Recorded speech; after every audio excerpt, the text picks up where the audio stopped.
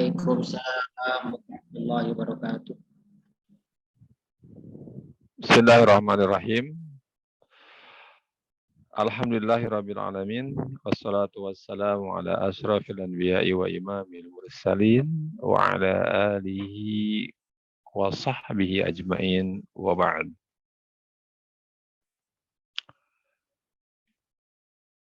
Allahumma shalli ala Muhammad wa ala ali Muhammad kama shallaita ala Ibrahim innaka Hamidum Majid.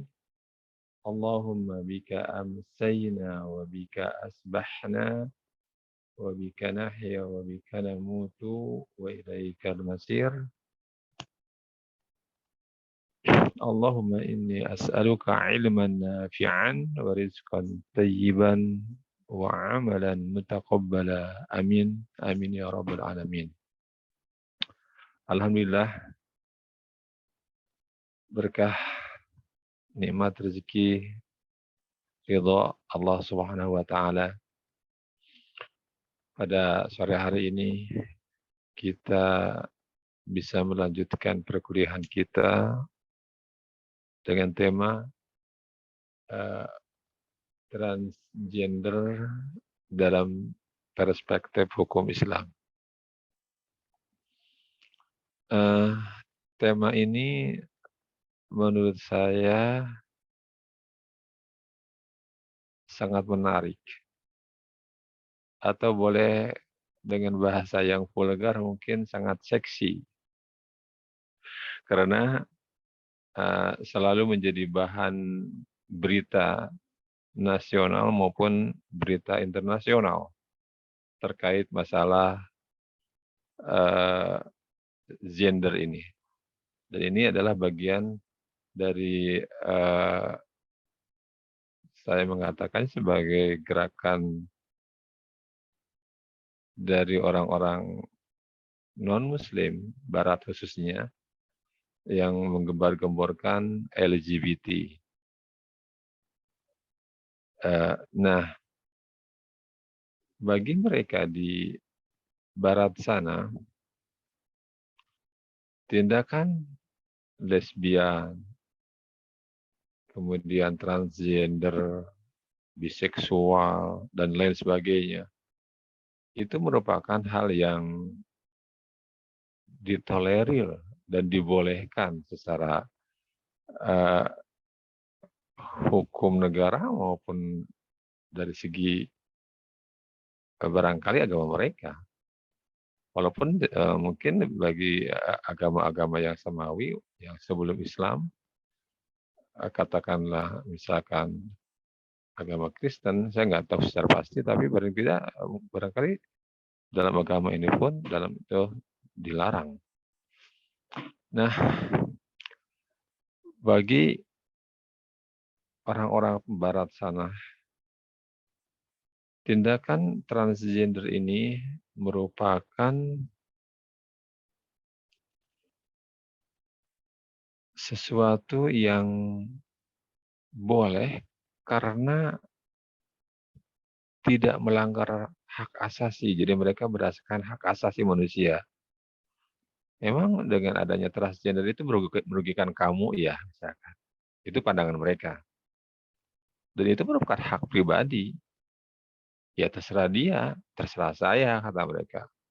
Mau merubah, mau tidak, itu hak saya. Kok toh tidak merugikan Anda? Itu barangkali di antara dalil alasan yang sering kita dengar dari mereka.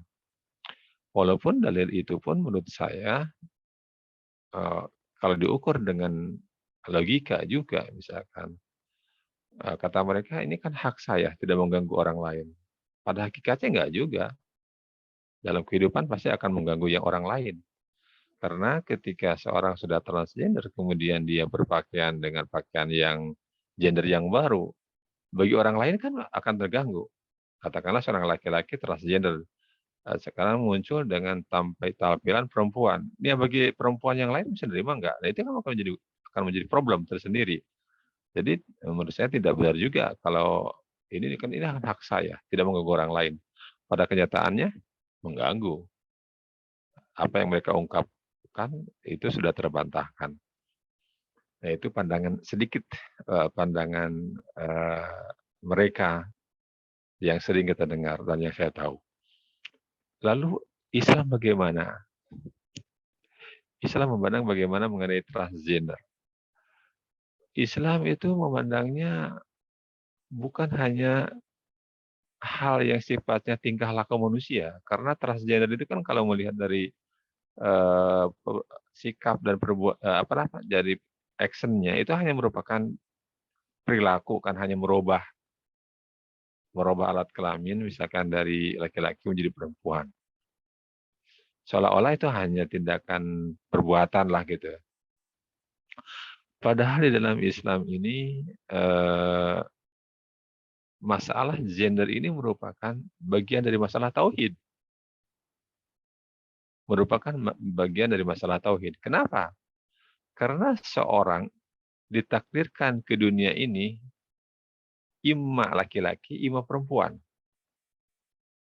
Allah Subhanahu wa taala berfirman di dalam Al-Qur'an surat Al-Hujurat, "A'udzubillahi minasyaitonirrajim. Ya ayyuhan nasu inna khalaqnakum min dzakarin wa unsa." Sungguhnya hai manusia, sungguhnya kami menciptakan kamu dari seorang laki-laki dan seorang perempuan. Jadi jenisnya dua.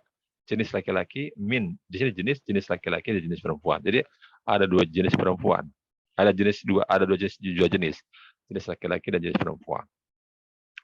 Maka ketika seorang dilahirkan dalam bentuk, katakanlah bentuk laki-laki gitu ya, itu merupakan sebuah qada, ketetapan dari Allah Subhanahu wa taala. Kita tidak boleh merubahnya.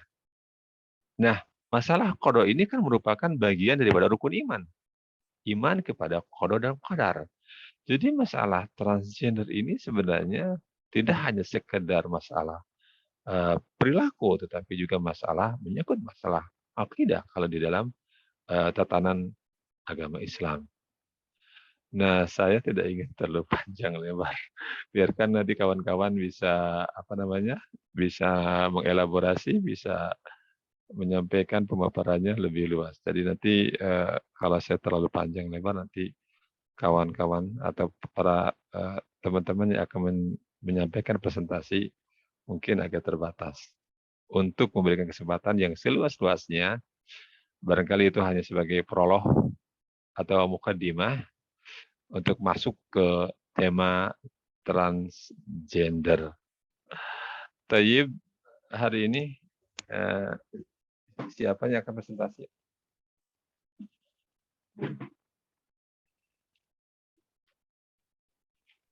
Pemakalah siapa aja?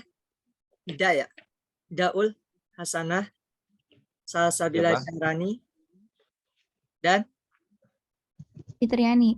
Oh, Fitri Ani atau Fitriani nih? Dua kata. Fitriani. Oke, alhamdulillah tiga-tiganya sudah hadir, Sat. Mohon diulang satu. Nidaul Hasanah. Nida atau Fida? Nida. Nida. Nidaul Hasanah yang kedua. Salsabila Syahrani. Salsabila Syahrani. Sama Tayyib. Fitri. Iya. Fitri Ani. Fitriani. Fitri Ani. Ani. Fitri Ani. Fitri Ani. Fitri Ane ya? Ani, Ustaz. Enggak, saya canda aja. Tayyib, siapa yang akan jadi moderatornya? Saya Ustaz. Siapa? Nida Ulhasana. Nida Ul Hasanah. Tayyib. Cakep nih. Jadi moderatornya Nida Ul Hasanah. Ya, memanggil Nida Ul Hasanah. Tayyib, Nida Ul Hasanah. Tayyib, waktu dan tempat saya persilakan untuk menyampaikan presentasinya. Kemudian nanti tolong makalahnya atau PPT-nya didistribusikan kepada teman yang lain untuk dibacakan. Ya, di sini ada Salsabila, kemudian ada Fitriani. Kemudian nanti setelah selesai, tolong nanti tampung minimal 3 pertanyaan untuk mengelaborasi atau memperdalam untuk mengkaji lebih luas lagi mengenai topik transgender ini dengan kawan-kawan yang lain. Tapi waktu dan tempat saya persilakan. Tafadhal masykurah. Baik Ustaz, makasih. Terima kasih. Assalamualaikum warahmatullahi wabarakatuh. Alhamdulillahirrabbilalamin. Wassalatu wassalamu ala asrofil anbiya'i wal mursalin wa ala alihi wa sahbihi ajmain. Amma ba'du. Pertama yang paling utama, marilah kita panjatkan puji syukur kehadirat Allah Subhanahu wa taala yang telah memberikan kita nikmat dan kesempatan sehingga kita semua bisa bertemu pada sore hari ini. Salawat dan salam marilah kita sanjungkan kepada Nabi besar yakni Nabi Muhammad SAW yang telah membawa kita dari zaman jahiliyah menuju zaman yang penuh ilmu pengetahuan seperti sekarang ini. Yang saya hormati Pak dosen, Pak Yuyu Mulyadi, LCMAG. Salah. Salah. Nama saya bukan Mulyadi. Emang siapa? Mulyono. Salah. Pak Yuyu Wahyudin. Ya. Maaf. Saya. Ibu saya udah bikin tumpeng. Dirobah. Maaf. Dida, lo ke itu dulu, dinas lo Dida. Udin dulu tuh, ganti nama tuh. Maaf Ustaz, maaf. Deg-degan.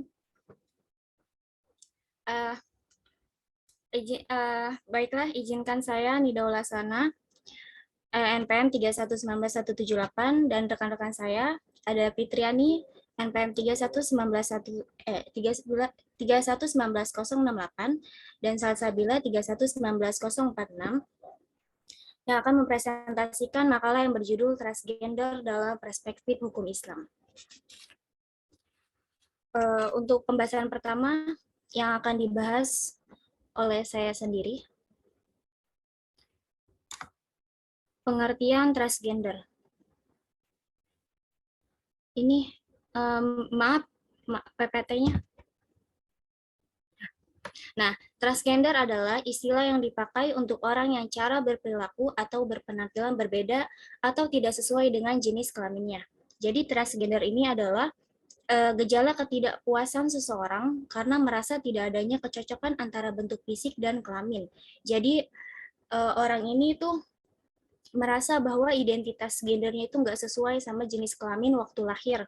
Jadi dia waktu lahir dia laki-laki, tapi ketika dia beranjak dewasa, dia merasa bahwa dia itu lebih cenderung cocoknya itu ke perempuan.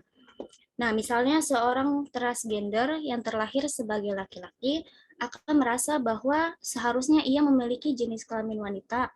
Hal ini menimbulkan rasa tidak nyaman sehingga ia mungkin akan melakukan operasi untuk mengubah jenis kelaminnya.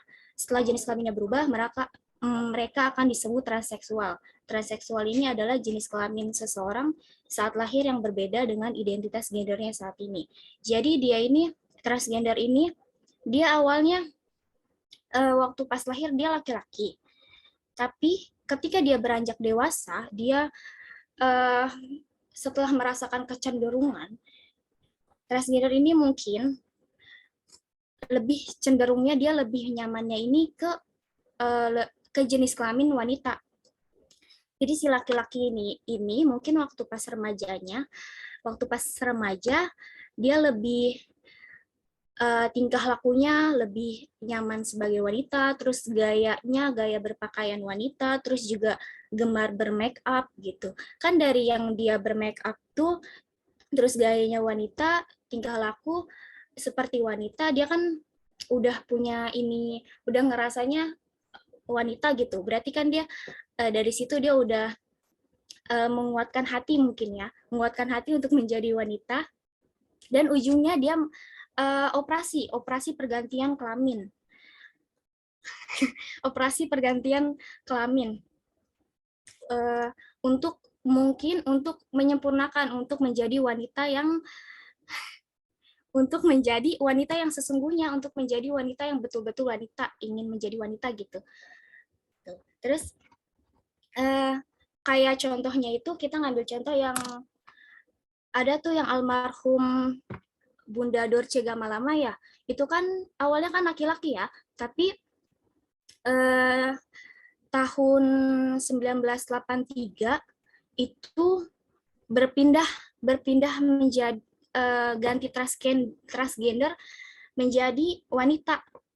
Jadi dia tadinya laki-laki waktu lahir, tapi pas remaja dia berpindah jadi wanita, sampai bahkan statusnya aja semua diganti jadi perempuan gitu, sampai ngabisin duit buat operasi, ngerubah kelamin, terus juga semuanya dirombak dari muka juga mungkinnya untuk mempercantik diri. Dan katanya dari informasi dari Google, kenapa berubah bertransgender jadi wanita? Ternyata katanya ini apa tuh? Dulu waktu pas remaja, ini almarhum ini waktu pas remaja mempunyai ketertarikan kepada laki-laki. Jadi waktu pas dia remaja, dia posisinya masih kelamin laki-laki, tapi dia udah mempunyai ketertarikan kepada laki-laki. Nah, akhirnya dia memutuskan untuk transgender. Itu salah satu contohnya. Almarhum Bunda Dorce. Terus juga sekarang tuh lagi rame tuh yang transgender, yang Lucinta Luna tuh sampai operasi muka sampai cakep banget, Masya Allah gitu kan ya. Itu juga sama tuh transgender contohnya. Dia awalnya laki-laki, terus berubah diri menjadi perempuan gitu. Entah gimana awalnya, itu mah kurang tahu ya informasinya.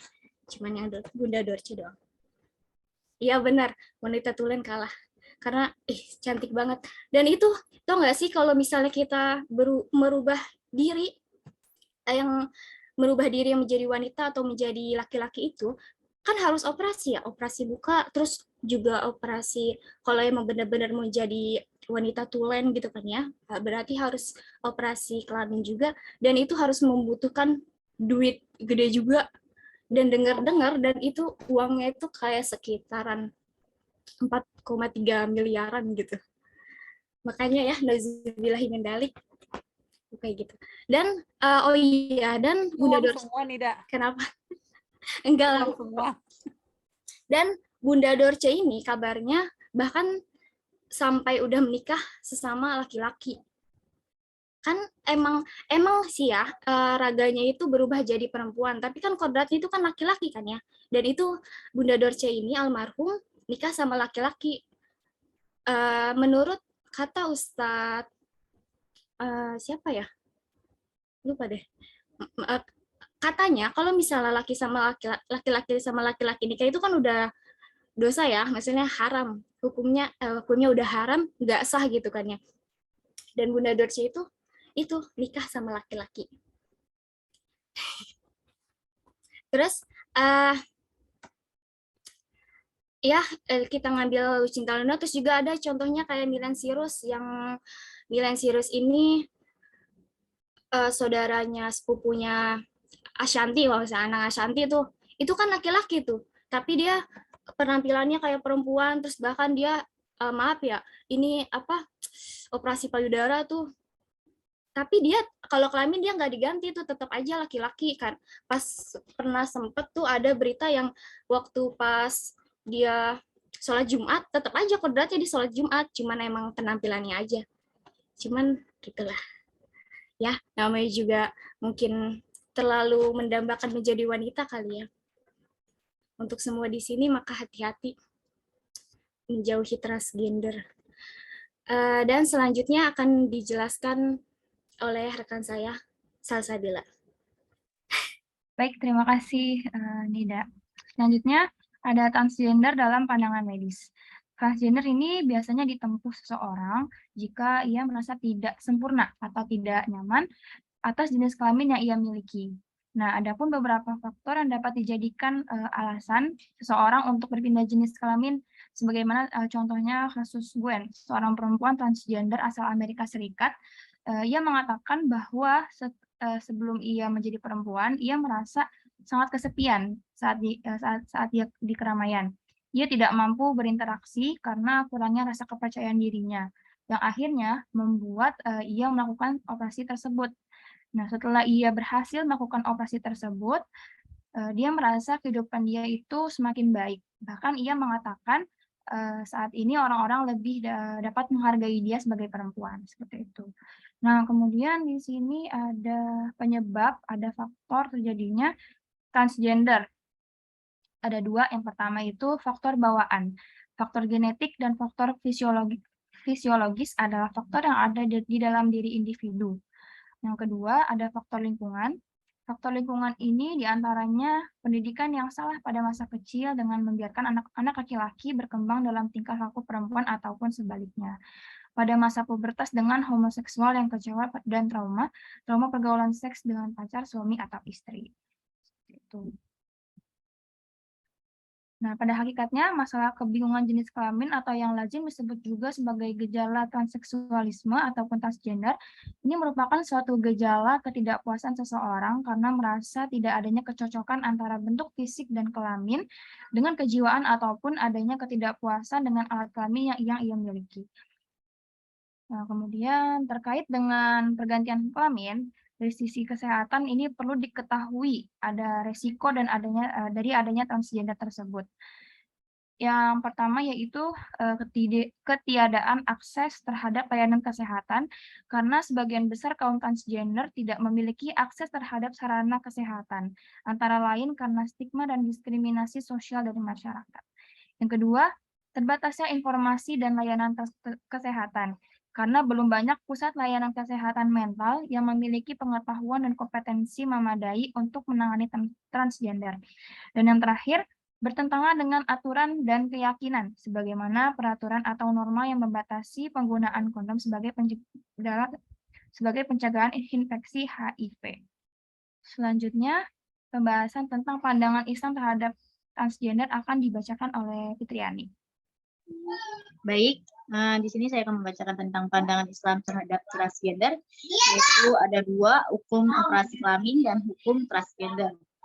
Nah, akan kita bahas yaitu hukum operasi kelamin, yaitu boleh dan diharamkan. Nah, boleh melakukan operasi, bahkan dapat menjadi sebuah anjuran apabila kondisi yang terjadi adalah apabila seseorang mempunyai organ satu yang kurang sempurna bentuknya, misalnya mempunyai vagina yang tidak berlubang dan dia mempunyai rahim dan ovarium, maka itu diperbolehkan. Bahkan dianjurkan oleh agama juga untuk operasi memberi lubang pada vaginanya.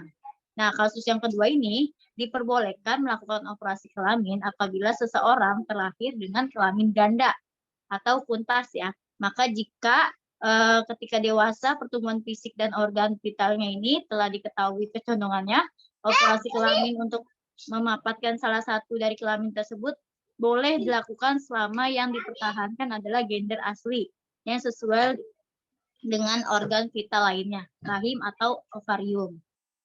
Oke, yang kedua itu diharamkan.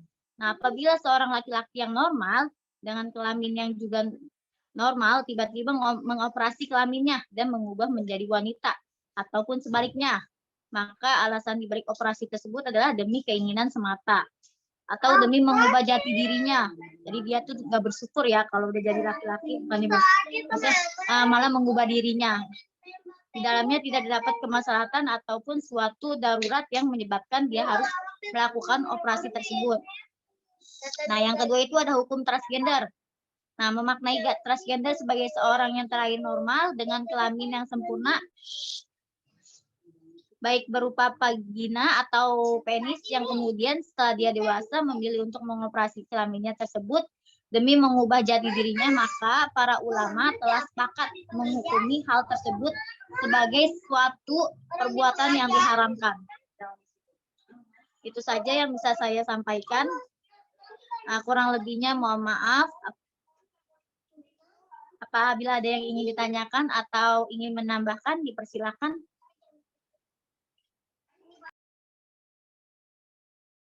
Ya, silakan yang ingin bertanya. Saya ya cukup lengkap, contohnya pun banyak. Tinggal sekarang sejauh mana teman-teman memahami, menangkap dari presentasi tersebut, apakah ada sesuatu yang kurang Apakah ada sesuatu yang perlu diperdalam? Atau ini sudah dianggap sempurna dan kita perkuliahan langsung ditutup? Nggak canda. Tayyib. Tidak ada yang sempurna. Yang sempurna hanya milik Allah. Itu kata Dorce. Dulu dalam acaranya di Trans TV. Kesempurnaan itu hanya milik Allah. Katanya. Jadi presentasi ini pun tidak sempurna. Pasti ada yang tidak setuju. Atau ada yang kurang paling tidak. Tayyib. Silakan pada audien untuk menanggapi atau mengajukan pertanyaannya. Di kolom chat pertama itu ada Saudari Nida Ulhasanah. Mungkin izin Salsabila ya yang share screen bisa di stop share screen dulu. Stop screen-nya dulu. Oke. Biar kelihatan wajah-wajah cantik-cantik sama ganteng-gantengnya. Biar kelihatan mana yang laki-laki perempuan.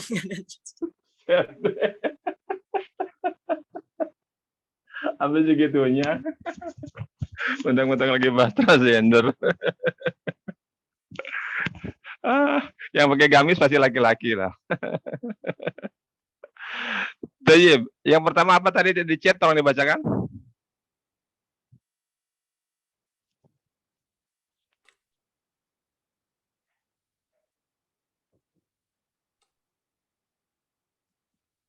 Di kolom chat saya bantu ya, pemakalah. Di sini saya mau bertanya dari Saudari Ayu Widyaningrum. Ayu. Ya, berdasarkan dengan apa yang tadi dipaparkan dari berbagai contoh nyata dari orang-orang yang melakukan transgender, dinyatakan bahwa kebanyakan dari mereka merasa sejak remaja memiliki sikap atau kepribadian yang bertolak belakang dengan jenis kelamin yang sudah ada. Nah, bagaimana kita tahu atau dapat meyakini diri kita bahwa sifat atau sikap itu muncul secara murni tanpa dibuat-buat? Atau memang sebetulnya sikap atau sifat itu muncul karena adanya faktor dari lingkungan atau kebiasaan yang sebetulnya dibuat-buat sendiri? Gimana kiranya dapat dipahami ya oleh pemakalah? Apakah itu memang apakah itu real nyatanya karena memang muncul dari diri dia sendiri atau mungkin dipengaruhi oleh faktor lingkungan gitu atau sejenisnya? Mungkin seperti itu. Kemudian yang kedua ada Saudari Siti Rahayu.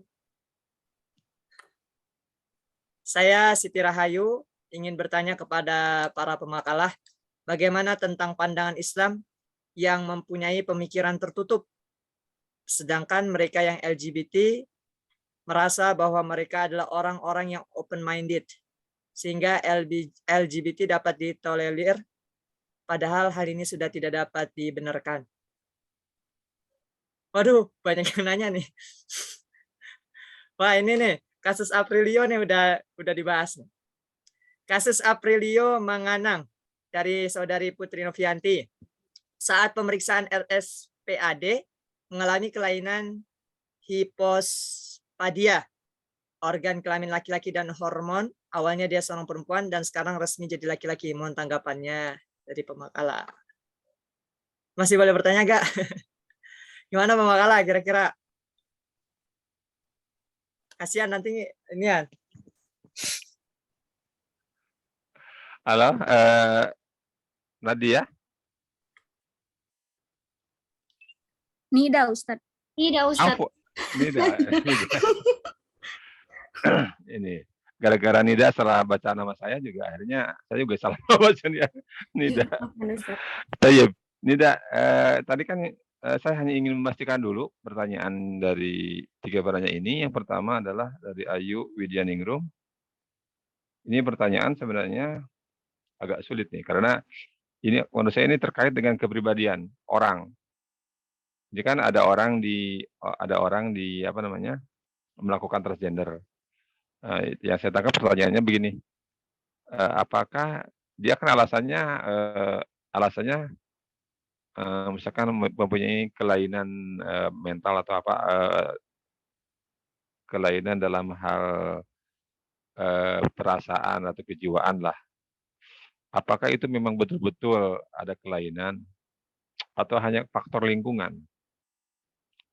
Faktor lingkungan. Ini yang pertama. Kemudian yang kedua dari Siti Rahayu, bagaimana pandangan orang yang memiliki pandangan tertutup. Tadi Siti Rahayu mengatakan bahwa orang yang melakukan transgender itu dianggap open-minded. Orang yang berpikiran luas, orang yang berpikiran terbuka. Itu sebenarnya hal-hal yang sering dimunculkan oleh orang-orang yang LGBT. Mereka seolah-olah berpandangan open-minded, terbuka. Jadi, dan menganggap orang yang tidak setuju dengan transgender itu dianggapnya orang tertutup. Jadi seperti Abdul Muiz itu yang melarang transgender itu tertutup, tidak open-minded. Nah ini bagaimana sebenarnya sih? Bagaimana sebenarnya? Apakah yang open-minded yang benar atau yang tertutup malah yang benar? Itu monggo nanti dikritisi. Kemudian yang terakhir mengenai Prilio Manurung. Ini yang pemain bola voli kalau nggak salah ya. Betul ya, Salman?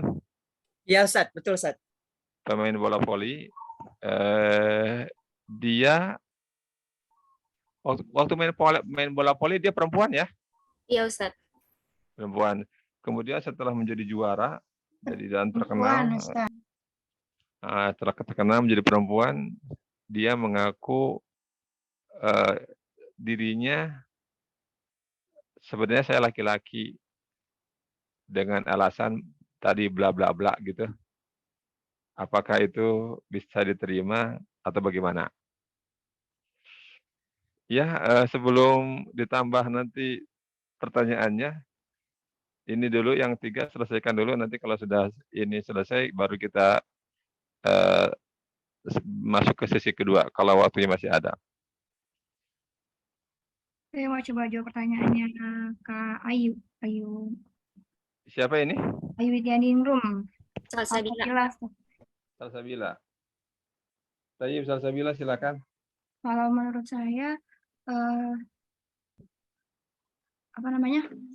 sikap itu Tolong diulang dulu pertanyaannya biar teman-teman juga nyimak. Barangkali ada yang bermasuk. Pertanyaannya kebanyakan dari mereka merasa sejak remaja memiliki sikap atau kepribadian yang bertolak belakang dengan jenis kelamin yang sudah ada. Bagaimana kita tahu dapat meyakinkan diri bahwa sifat atau sikap itu muncul secara murni tanpa dibuat-buat atau memang sebetulnya sikap itu muncul karena adanya faktor dari lingkungan atau kebiasaan. Kalau menurut saya itu bisa dari lebih ke lingkungan sih, atau dari keturunan juga bisa gitu. Kemudian bisa terjadi itu juga tadi kan ada kasus ya yang namanya tadi Gwen kalau nggak salah, kenapa dia bisa melakukan transgender itu karena dia ngerasa dia sebagai laki-laki pada saat itu dia ngerasa kesepian gitu.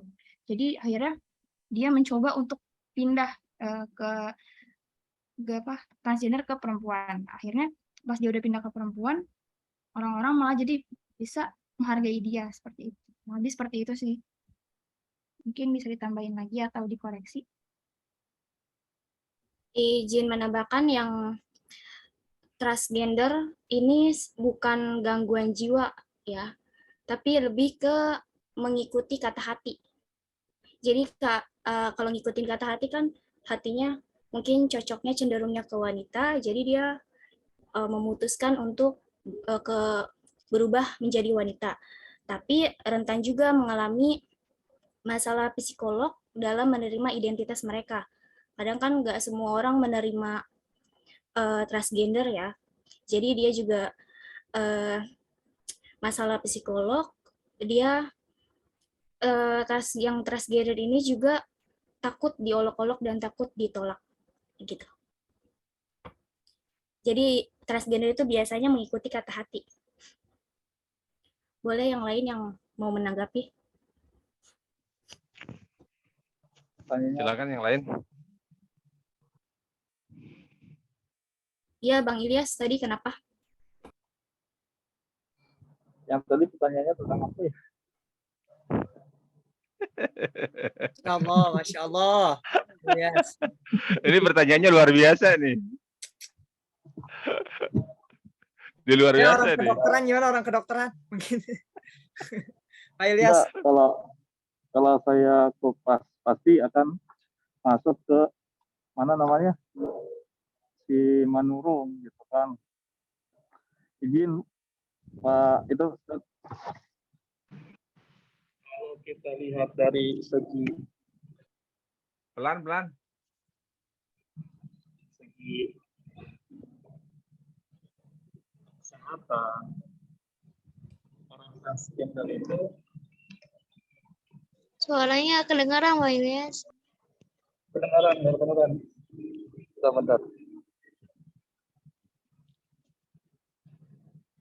Halo, kedengaran suaranya? Kedengaran nggak? Iya, Pak Ilyas. Ya, sekarang ya, sekarang ya. Diangkat lagi. Ya. Kalau orang kan banget yang ngaku saya perempuan gitu kan. Padahal Maaf Pak Ilyas. Sorry. Itu kalau agak jauh kayaknya suaranya agak sudah.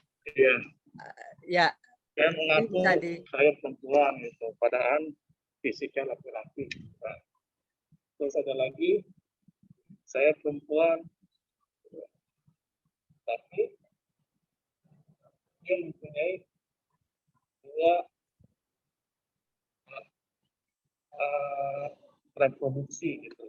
Nah, reproduksi dalam hal ini alat vital yang digunakan ya untuk membuang zat inilah zat sisa-sisa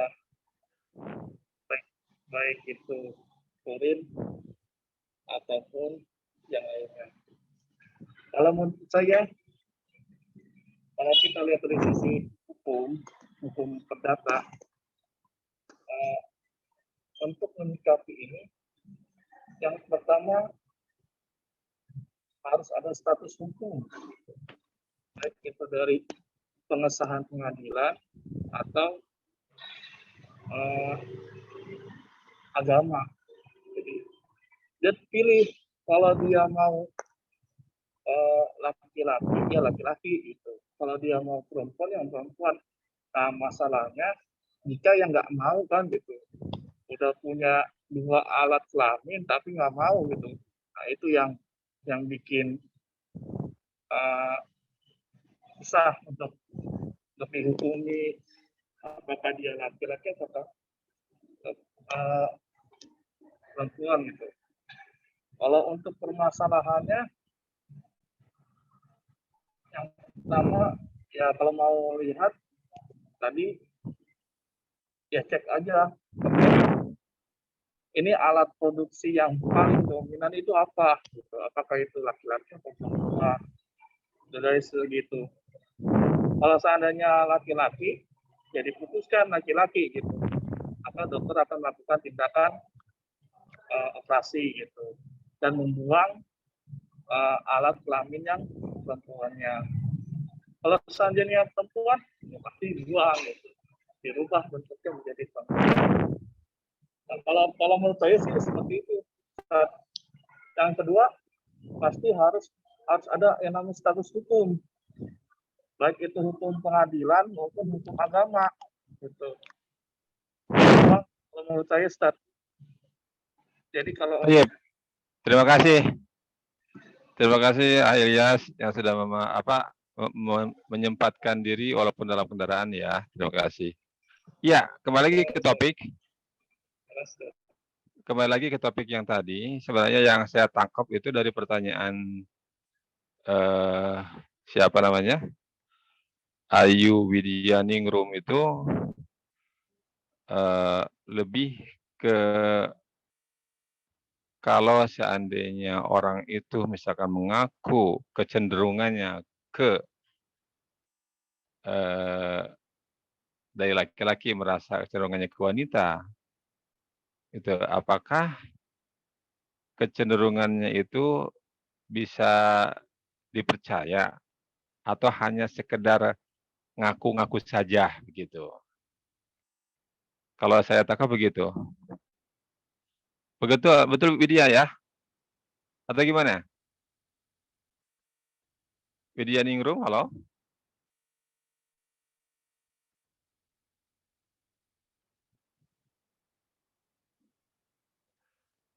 Nah, kemudian dari jawaban Salsabila tadi, misalkan, kalau dari jawaban Salsabila tadi yang saya tangkap, bahwa memang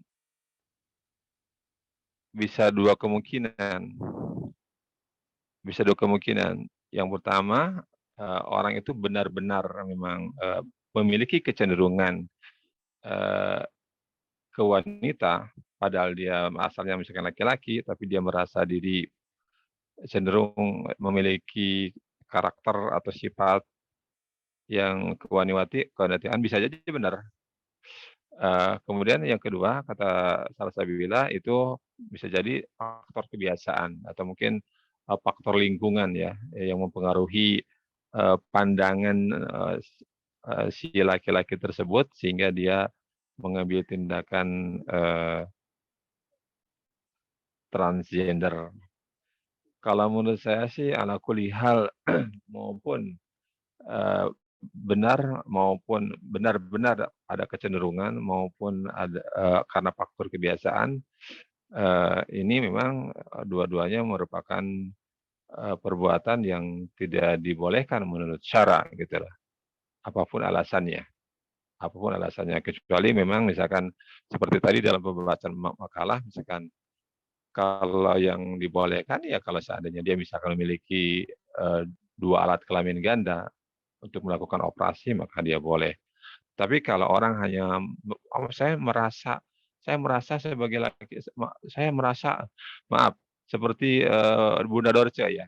Bunda Dorce tadi disampaikan oleh pemakalah pada tahun 1983 menurut catatan pemakalah yang saya catat nih, dia melakukan transgender. Kemudian dia merasa dirinya dari pas remaja itu memiliki kecenderungan dan ketertarikan kepada laki-laki. Data yang saya dengar atau yang saya baca itu bahwa Bunda Dorce ini sebelum merubah alat kelaminnya, dia sempat menikah, betul nggak? Dia sempat menikah dan punya anak. Dia menikah dengan seorang perempuan dan punya anak. Jadi Dorce sebelum yang Dorce ini, dia laki-laki kan? Dia menikah dan punya anak. Nah, setelah menikah dan punya anak, baru dia transgender, yang saya tahu. Coba kira-kira ini hanya menganalisa ya, apakah kalau dia sudah menikah, sudah punya anak, kemudian belakangan baru merasa dirinya punya ketertarikan atau kecenderungan kepada laki-laki, kepada perempuan, misalkan dia laki-laki ya, kecenderungan perempuan, agak sulit diterimanya, karena dia sudah menikah dan punya anak. Kalau dia misalkan memang dari remaja tidak menikah dan tidak punya anak, mungkin barangkali bisalah dia oh iya mungkin kamu punya kecenderungan gitu loh. Tapi kalau kasus Dorce yang saya dengar itu dia sempat menikah dan dia sempat punya anak gitu loh.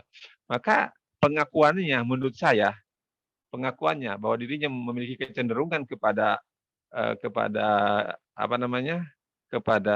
perempuan, kepribadian kepada perempuan, maka itu menurut saya curiga. Saya tidak bisa mempercayainya karena dia sudah menikah gitu loh. Sudah menikah. Nah, sebenarnya sih dalam kehidupan sehari-hari ya ada misalkan laki-laki yang atau perempuan yang memiliki katakanlah kepribadian yang kecowok-cowokan, disebut dengan tomboy ya, tomboy. Tapi dia kan hanya hal-hal tertentu saja. Katakanlah dalam segi berpakaian. Pakai untuk orang awam ya, pakai celana jeans, pakai kaos misalkan. Kemudian buat laki-laki misalkan, laki-laki yang memiliki kepribadian atau ada kecenderungan ke perempuan, misalkan katakanlah apa bahasanya, kemayu, betul ya? Misalkan dalam segi bicara gitu, lembut dan sebagainya gitu. Nah itu ya kecenderungan-kecenderungan seperti itu memang di masyarakat itu ada. Tetapi itu kan bukan harus diikuti kemudian dibesar-besarkan, kemudian diakui bahwa saya punya kecenderungan kepada pria itu. Saya punya kecenderungan kepada kepribadian wanita sehingga merubah kelamin. Menurut saya sih agak dibuat-buat gitu. Tapi kalau dalam kasus masalah Bunda Dorce tadi saya mau curiga karena dia sempat menikah, yang saya tahu sempat menikah dan sempat punya anak, baru sudah menikah baru dia merubah. Nah itu. Tapi ala kulihal mau ada kecenderungan ataupun tidak sebenarnya tindakan melakukan perubahan jenis kelamin seperti disampaikan oleh pemakalah tadi adalah merupakan tindakan yang tidak boleh memang. Tindakan yang tidak boleh yang dilarang di dalam hukum Islam. Antum bisa lihat di dalam surat An-Nisa ayat 119, Allah Subhanahu wa taala berfirman, A'udzubillahi minasyaitonirrajim. Wa la udillannahum wa la umanniyannahum wa la amurannahum fala yubattikunna adzanal an'ami wa la amurannahum fala yughayyirunna khalqallah. Wa may yattakhidhish syaitana waliyan min dunihi faqad khasira khusranan mubina. Di sini ada kata-kata wala amurannahum fala yughayyirunna khalqallah. Ini ungkapan setan. Setan mengatakan dan aku akan benar-benar menyesatkan mereka dan akan membangkitkan angan-angan kotor pada mereka dan menyuruh mereka memotong telinga-telinga binatang ternak. Lalu mereka benar-benar memotongnya dan aku akan suruh mereka mengubah ciptaan Allah. Ini mengubah ciptaan Allah. Lalu benar-benar mereka mengubahnya. Ini tindakan transgender masuk di sini. Wa may yattakhidhish syaitana waliyyan min dunillah faqad khasira khusranan mubina. Barang siapa yang menjadikan setan sebagai pelindung baginya selain Allah, maka sungguhnya ia menderita kerugian yang nyata. Nah, kemudian di dalam hadis yang hadis dari Mas'ud radhiyallahu anhu, Rasulullah sallallahu alaihi wasallam bersabda, la'anallahu al-washimati wal mustawshimati wal mutanammisati wal mutafallijati li husnil mughayyirati khalqallahi ta'ala. Allah Azza wa Jalla melaknat para wanita yang mentato dan yang minta ditato. Demikian pula para wanita yang mencabut alisnya dan merenggang giginya agar lebih baik. Allah Azza wa Jalla melaknat mereka yang mengubah ciptaannya. Itu beberapa atau itu ayat dan hadis yang menjelaskan bahwa kita dilarang merubah ciptaan Allah Subhanahu wa taala. Kemudian di dalam hadis yang diriwayatkan oleh Ibnu Abbas, Rasulullah sallallahu alaihi wasallam mengatakan yang artinya Rasulullah sallallahu alaihi wasallam melaknat ini Ibnu Abbas radhiyallahu anhu meriwayatkan sebuah hadis bahwa Rasulullah sallallahu alaihi wasallam melaknat laki-laki yang menyerupai wanita dan wanita yang menyerupai laki-laki. Jadi baru menyerupai saja itu sudah tidak boleh. Kalimat laknat itu sama dengan haram. Derajatnya itu Allah melaknat. La'anallah al-mutasyabihat. Allah melaknat orang yang menyerupai. Laki-laki melakukan tindakan penyerupaan, misalkan memakai pakaian perempuan atau sebaliknya, maka itu perbuatan yang dilaknat oleh Allah Subhanahu wa taala. Sekali lagi ini baru menyerupai, apalagi merubah. Tajib. Itu untuk yang pertanyaan dari Ayu Widyaningrum. Kemudian yang kedua dari Siti Rahayu. Bapak Kalah, silakan. Siapa yang mau jawab?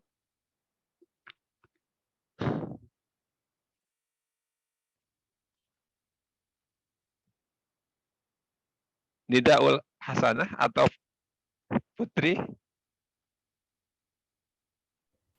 Yang Siti Rahayu belum ketemu, Ustaz. Belum ketemu. Tapi ini bukan sih kayak pandangan itu kayak Apa? pandangan Islam mempunyai pemikiran tertutup. Kan kalau kita tahu ada LGBT, terus kita punya pemikiran tertutup, sama aja dosa kan ya? Berarti seharusnya jangan tertutup. Harus terbuka. Iya. Nah, sekarang begini, sebenarnya sih apa sih yang dimaksud dengan cara berpikir terbuka dan cara berpikir tertutup itu bagaimana sih? Yang tidak pahami. Cara berpikir open minded dengan yang close minded gitu. Yang Ini terbuka, sih tertutup. kayak kalau open minded dia udah maksudnya ke internet, ke ini udah tersebar gitu kemana-mana. Nah, Dan terus? mengsuarakan di mana-mana gitu. Supaya menyetujui LGBT itu. Nah, itu yang terbuka. Ya. Yang tertutup? Kalau yang tertutup berarti dia mungkin sebenarnya tahu, tapi dia nggak mau nanggepin. Begitu.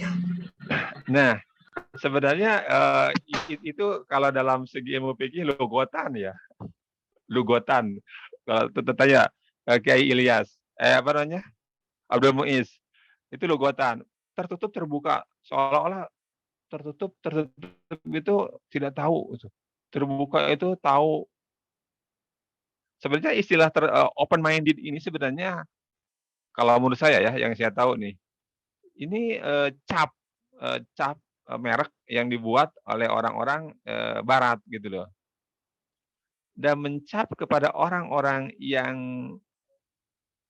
katakanlah orang-orang yang tidak setuju dengan LGBT.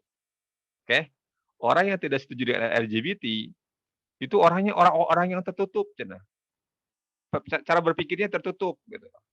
Sementara orang yang melakukan perbuatan haram, misalkan orang yang mau mabok silahkan, nah, mau berzina silahkan, mau transgender silahkan, mau pakai kerudung silahkan, tidak pakai kerudung nggak apa-apa, mau sholat silahkan, nggak sholat nggak apa-apa, itu namanya open minded.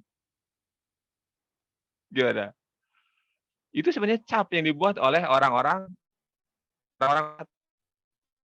cap yang dibuat oleh orang berarti seperti Anda, saya yang tidak membolehkan transgender itu dicapnya orang tertutup, close minded. Jadi orang yang terbuka itu orang yang membolehkan apa saja sebenarnya. Ya saya tangkap begitu. Artinya itu nggak benar. Kalau bagi orang-orang yang berpandangan PAI, pendidikan agama Islam, iya kita memandang sesuai dengan apa yang dikatakan oleh Allah dan Rasul. Kalau kata Rasul boleh sami'na, kata boleh sami'na, wa ata'na begitu. Jadi kita tidak melihat apa yang dipandang oleh umum gitu loh. Kalau orang Barat mengatakan misalkan ini hak asasi manusia gitu loh. Transgender ini hak asasi manusia. Kemudian juga akan tidak merugikan orang lain. Hanya dengan alasan itu lalu transgender boleh. Bagi kita tidak begitu. Kita lihat kepada Al-Quran, kita melihat kepada hadis. Bukan kita melihat argumentasi yang dibuat gitu loh. Gitu. Jadi itu. Jadi yang dimaksud dengan pandangan terbuka, pandangan tertutup itu sebenarnya menurut saya itu cap dari orang. Jadi orang-orang yang soleh, orang-orang yang taat disebutnya orang tertutup. Dan orang-orang yang membolehkan apa saja itu orang terbuka. Itu cap yang dibuat. Itu kita harus paham aja gitu loh. Itu harus ngerti di situ aja. Ya menurut saya sih cap itu tidak benar. Cap itu tidak benar. Itu hanya itu label yang dibuat oleh orang-orang yang terbuka tadi. Merasa dirinya maju. Nah, tadi open minded itu orang yang buka internet tadi kata Nida, buka ini, buka itu, bukan. Itu orang yang wawasannya luas. Orang yang wawasannya luas memang open minded pasti. Sebenarnya orang-orang bukan berarti orang-orang Islam tidak open minded, bukan. Justru orang Islam itu lebih tahu sebenarnya. Lebih tahu. Karena orang Islam itu menguasai ilmu dunia dan akhirat. Oke, sekarang misalkan transgender. Kata mereka orang terbuka ini membolehkan gitu loh. Hebat gitu loh. Ente nggak tahu, ente ngertinya hanya urusan dunia saja gitu loh. Dengan kemajuan ilmu pengetahuan dan teknologi, kemudian apa namanya bisa dilakukan rekayasa atau perubahan gitu loh. Hanya hebat dunia gitu loh. Padahal orang Islam itu, orang-orang yang dikatakan tertutup itu lebih tahu. Oke, itu saya ngerti. Saya ngerti itu adalah merupakan transgender itu adalah merupakan katakanlah tindakan kedokteran untuk merubah kelamin dan itu merupakan sebuah kemajuan modern gitu loh. Tetapi nah ini, tetapi Allah Subhanahu wa taala dan Rasulullah SAW tidak mengizinkan itu gitu loh. Tidak membolehkan itu. Jadi sebenarnya orang yang dianggap tertutup kalau misalnya misalkan orang-orang yang soleh yang ukurannya Al-Quran sesudah dianggap tertutup, justru padahal itu orang yang lebih mengetahui segalanya. Bukan hanya urusan dunia, tetapi urusan akhirat. Sementara orang-orang yang open-minded dalam tanda kutip, itu mereka hanya berpikir tentang dunia saja. Itu yang berkembang sebenarnya pengertian open-minded dan orang yang tertutup dalam berpikir. Jadi itu, sekali lagi, itu hanya cap label yang dibuat oleh orang-orang yang tidak suka terhadap orang-orang yang suka membolehkan apa saja, kemudian mereka kan gerah, mereka tidak senang melihat ada orang-orang yang soleh yang taat mengatakan ini boleh, ini tidak boleh. Ya itu mereka tidak suka dan dianggapnya sebagai orang yang tertutup. Bukan berarti orang-orang yang Islam itu tertutup dalam pengertian tidak mengetahui ilmu pengetahuan, tapi dalam hal wawasan. Justru orang-orang yang dianggap tertutup oleh orang-orang kelompok tadi, menurut saya itu justru wawasannya sangat luas, lebih luas daripada orang yang mengaku dirinya sebagai open-minded. Sekali lagi, karena mereka mengetahui tentang urusan dunia, bahkan urusan akhirat. Masya Allah. Tayyib. Terima kasih Ustaz. Sangat jelas. Ya.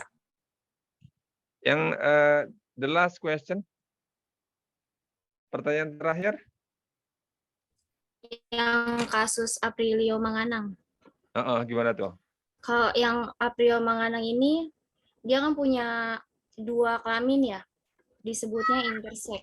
Jadi itu emang dibolehkan, dia dibolehkan untuk memilih, tapi memilihnya juga ikut kata hati. Dia kecenderungannya kemana gitu. Dia kan punya 2 kelamin. Nah, dia lebih cenderungnya ke perempuan apa ke laki-laki. Kalau misalnya dia cenderungnya ke laki-laki, berarti dia yang tadinya perempuan gantilah menjadi laki-laki. Dan kasus Aprilio Manganang juga begitu. Dia punya 2 kelamin. Yang tadinya dia perempuan, terus karena dia bingung mau memutuskan gimana, jadi dia mengikuti kata hati. Hatinya dia lebih cenderung ternyata bukan ke perempuan, tapi lebih ke laki-laki. Gimana yang lain? Mbak Salsabila, Fitriani, mungkin ada yang nambahin. Mau nanya dikit untuk memperjelas ini. Ya, silakan. Iya, tentang yang tadi saya sih nggak ngikutin beritanya, Ustadz. Cuma ya. Berdasarkan pemaparan saudari Nida tadi, berdasarkan kata hati, menurut saya kurang pas ya, karena saya pernah baca, cuma saya lupa. Berdasarkan Imam Ali dulu pernah ditanya tentang masalah khunsa, bahwa untuk menetapkan ketika menemui kasus seperti yang dipaparkan tadi, Imam Ali mengatakan itu yang biasa dipakai untuk apa? Mengeluarkan buang air kecil yang mana gitu. Apakah dua-dua kelaminnya itu berfungsi, yaitu untuk mengeluarkan kotoran air kecilnya itu gitu. Mohon bisa dikasih penjelasan lebih jelas gitu. Apakah memang dua-duanya berfungsi seperti ini ya, untuk Buang hajat. Ya buang tempat pembuangannya itu ya. Sehingga bisa diputuskan berdasarkan kata hati gitu. Karena kalau saya pernah baca cuma lupa saya, Imam Ali mengatakan bahwa ya yang dipakai yang mana gitu. Maka keputusannya itu yang penggunaannya tadi gitu. Mungkin bisa diperjelas Saudari Nida atau dengan teman-teman ya. Silakan Nida. Bagaimana tanggapannya dari Gunadi? Kalau salah yang mengikuti kata hati, itu sih Nida tahu dari nenek Nida ya. Cuman kalau misalnya yang berfungsi itu dua-duanya, belum baca, Koko. Belum tahu. Tadi dulu ya. Sebentar. Untuk kasus Aprilio Nurung itu punya 2 alat kelamin. Iya. Dalam dalam penjelasannya. Iya, katanya begitu. Oh iya.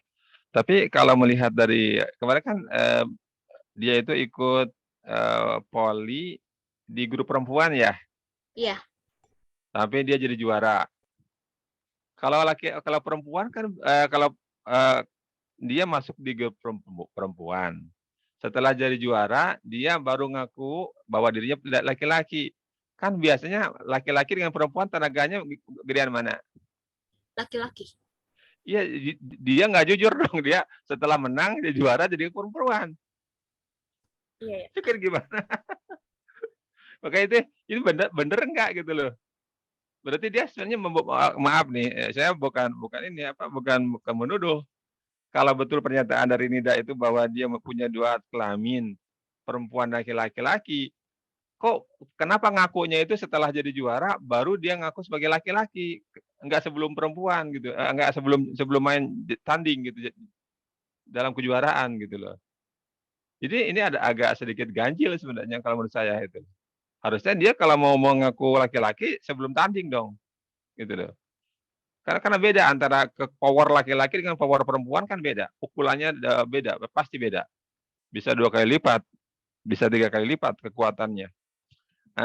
Ala kulihal benar ataupun tidak itu kita tidak tidak berfokus ke situ. Tapi kalau ada 2 istilah tadi, Gunadi mengatakan apakah dia menggunakan kata hati? Oh ya, ini campur yang kasus yang Aprilio yang disampaikan oleh Nida barusan. Kata Nida itu setelah dia menang juara, dia baru ngikutin kata hatinya gitu. Kata hatinya itu bahwa dia itu laki-laki. Begitu loh. Tadi gitu ya? Iya, mengikuti kata hati, terus juga mungkin kecenderungannya. Dia kecenderungannya ke perempuan apa laki-laki ternyata. Kecenderungannya Terus dan kemudian juga, kelaminnya.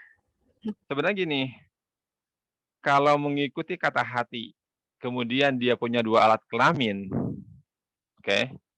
Kalau dalam bahasa binatang itu hemopredit namanya. Dalam bahasa binatang itu ada binatang yang memiliki 2 alat kelamin itu namanya istilahnya itu Hermaprodit. Hermaprodit ya, hermaprodit ya. Nah, dia punya 2 alat kelamin. Kemudian dia mengatakan dirinya mengikuti kata hati gitu loh. Begini maksudnya. Sebenarnya kalau ini perlu dibedakan ya antara mengikuti kata hati dengan dengan 2 alat kelamin. Begini maksud saya. Kita akan sebut dulu yang kata hati. Kalau mengikuti kata hati, ini kan belum tentu punya 2 alat kelamin.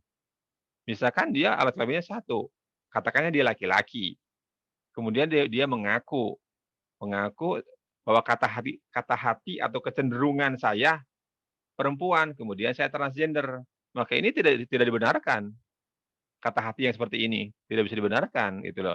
Tidak bisa dibenarkan apalagi sudah tua, sudah jadi juara atau kayak Dorce sudah menikah, ngikutin kata hati, itu perlu dicurigai pernyataan gitu. Kemudian itu yang pertama. Kata hati yang tadi yang seperti barusan itu menurut saya sih tidak benar. Menurut saya tidak benar. Karena dia hanya ngaku-ngaku saja sebenarnya. Kemudian yang kedua, kalau punya 2 alat kelamin, nah di sini seperti aku tadi katakan, kalau seorang punya alat 2 kelamin, tentunya ini kan sebenarnya tidak harus menunggu sampai usia 20 tahun atau 30 tahun ya. Ketika dia beranjak dewasa saja. Kalau katakanlah untuk perempuan masa haid, sekarang kan untuk masa haid anak-anak perempuan sekarang agak cepat. Kalau zaman saya dulu SMA baru haid, udah gede. SMP, sekarang SD. Sekarang SD sudah haid. Oke. Katakanlah usia kelas 5 atau 6 SD sudah dapat haid. Untuk wanita ya zaman sekarang misalkan. Nah, kalau orang punya dua alat kelamin ganda, maka ketahuan kan? Oke. Apakah dia datang bulan atau enggak? Nah, dan itu bisa dideteksi secara ilmu kedokteran. Itu loh, itu yang pertama. Datang bulan apa enggak? Kemudian dari segi ilmu kedokteran juga bisa dicek mana yang berfungsi. Salah satunya. Kemudian juga yang bisa menentukan lagi adalah apakah anak tersebut punya rahim apa enggak. Itu loh. Maka kalau seandainya ada 2 alat kelamin ganda, kemudian dia punya rahim, saya yakin dokter pasti akan memilih bahwa jenis kelamin anak ini adalah wanita. Karena yang punya rahim adalah wanita. Laki-laki tidak punya rahim. Maka disinilah dokter akan memilih. Tapi kalau seandainya dia tidak punya rahim, maka yang dipilih adalah sebagai laki-laki, begitu. Maka di situ maka dokter yang paling berperan, yang paling tahu, lebih tahu daripada si anak itu sendiri. Si pasien itu sendiri, si pasien tidak ngerti apa-apa. Si pasien tidak tahu apakah dirinya punya rahim atau tidak. Tapi dokter dengan segala alat dan segala ilmu pengetahuan zaman sekarang ini bisa diketahui apakah ini laki-laki atau perempuan. Jadi bagi orang yang Allah takdirkan memiliki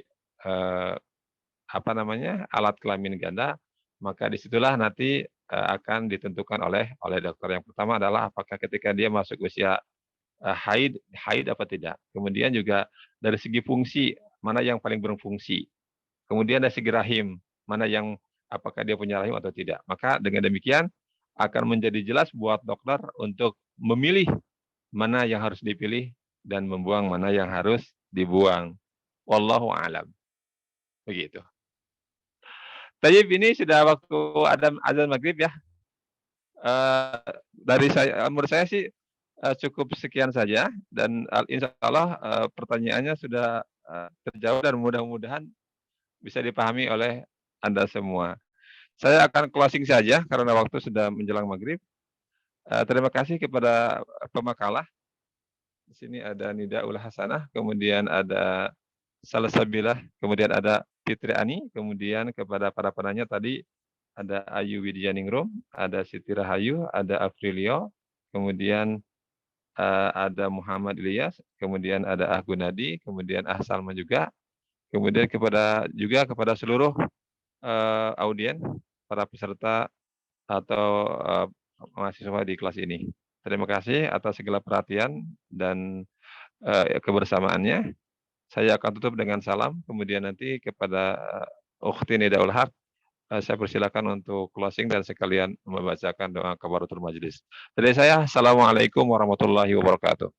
Waalaikumsalam warahmatullahi wabarakatuh. Terima kasih Ustaz. Terima kasih Ustaz. Assalamualaikum warahmatullahi wabarakatuh. Ya, demikian presentasi yang telah kami sampaikan. Semoga apa yang telah kami sampaikan dapat bermanfaat bagi kita semua. Jika ada yang kurang, mohon dimaafkan.